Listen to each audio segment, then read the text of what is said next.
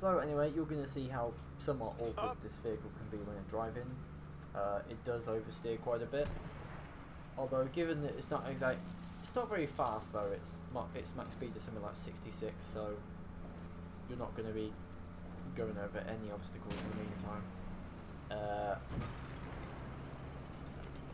Yeah, Heady shot at me because I made a joke about his wife, Rip Heady. So this bit here is currently my favourite position for this side, in TDs and stuff. Of course my girlfriend Fiora the tank is playing with us in her Striker. To be honest, between this and Striker, this is far better. This has gun depression. Well, the Striker reloads faster. This is actually more survivable. Although against heat rounds, the Striker does have the advantage with its cage and ERA and stuff.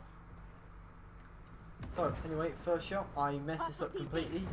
There was that side of that T90 over there, and I completely fluffed the shot. Of course, I see the warrior over there. I'm like, can I shoot the warrior? No, because I was fixated on that T90.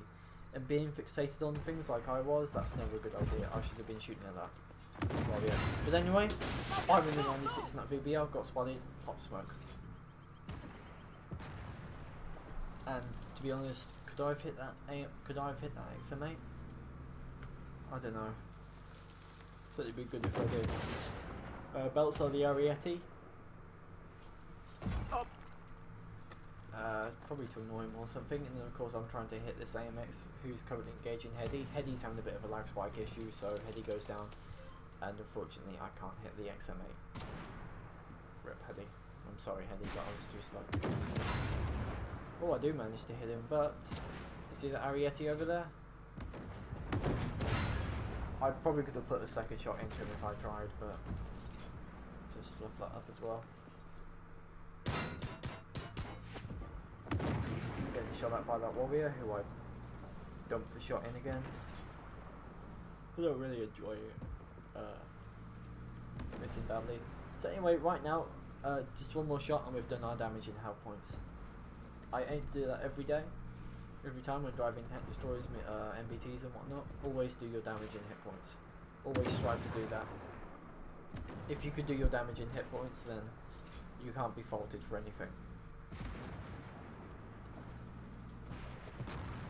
You need to pull your weight, that's all. Of course I bounced on that T72A, which was pretty damn annoying to be honest. Oh my nose.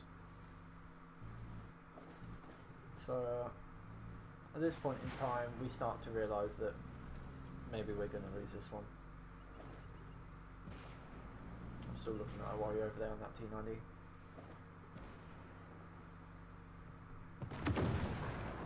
That was kind of a fluke shot. I was never going to hit it, but I decided I wanted to anyway. I missed the Mukova, or the Assaulter. But now, I can actually start flunking in people. See that Mukova over there? 587. And you're going to see the sheer DPM of this thing in a moment. Bang. Go back in. Another Mukova coming up. Oh, no, the T72. Oh, I missed that one. But right now, for some reason, they're all fixated on me, so I could just continue pumping shots into these guys. 3,300 and almost twice my damage in hit points. There's another nuclear coming over there, and then this XM8 decides to go with me. To be honest, that felt more like a heat shell than anything else. And I think I was commenting that it was a heat shell, but it wasn't. So anyway, I'm going to have a shootout with this XM8, and this thing has a much better rate of fire, so I can just afford to just trade shots with him at the moment. As this XM8 realises trading shots with me isn't a good idea. It's now around 4,379. We've done twice our damage in hit points. I've done my part for the team. Unfortunately, our team wasn't the best in the world. The armour actually holds up, as our Palamaria doesn't really do that much damage, to be honest. I'm still fixated on the XM8 coming up, and then the 72 appears. I'm like, shit! Oh, and he bounces. And this T72 is going to make an awful mistake over here. Okay, he's going to trade shots with me. Incoming Arnie. And that is never a good idea. We may have similar numbers of health, but my rate of fire is just so much better. See, now he's moving up.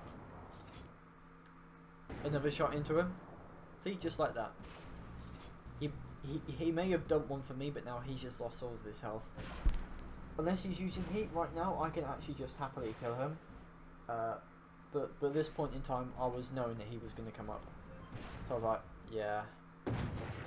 Yep, so I intentionally did that shot because I know I can reload faster than he can get up there, and I blow his head off. Going into a DPM fight with an Amx10RCR, especially one like this, or a tier 8 tank destroyer, is never a good idea. That T-72 made an awful decision.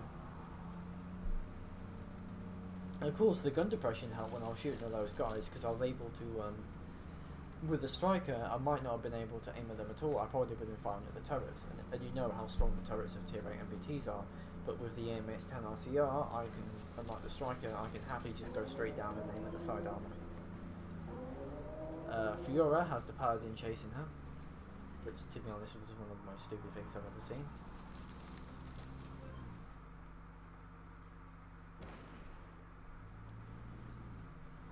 And of course, the paladin is going to die now.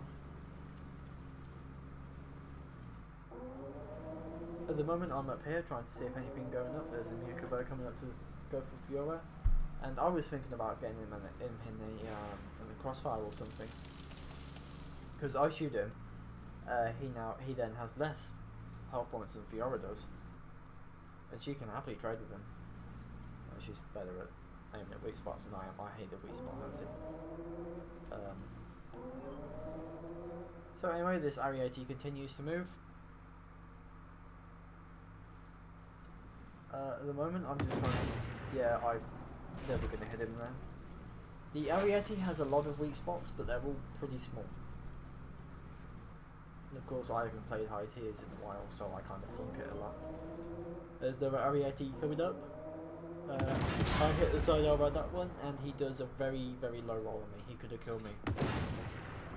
I was thinking about seeing if I could try and hit that Ariete, and then I realised that, hang on, the other one's going to come up.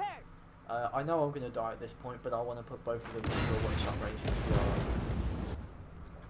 But unfortunately, this doesn't happen as the enemy team camps out. Could Fiora have killed them? Probably. But going up against the warrior and the Miyukovas, the Miyukovas will kill her frontally. The T-72A, if he's using AP, will go straight through her. The warrior will definitely kill her in a 1v1 if it gets a drop on her. So in the end, this was kind of an unwinnable match. But having done 6,586, I've done 3 times my damage in hit points. Well, 3 times and a half. So I carried my bit for the team there. My head got blown off. So anyway, the Amx10RCR, would I recommend buying it? Yes, I would. It is goddamn nuts. It is one of the few tanks in the game that can be that you can go ham with and be stationary. It is awesome, and I fully recommend buying it. Anyway, that's it for the Amx10RCR review. I hope you enjoyed it, and as always, take care and be safe out there, guys.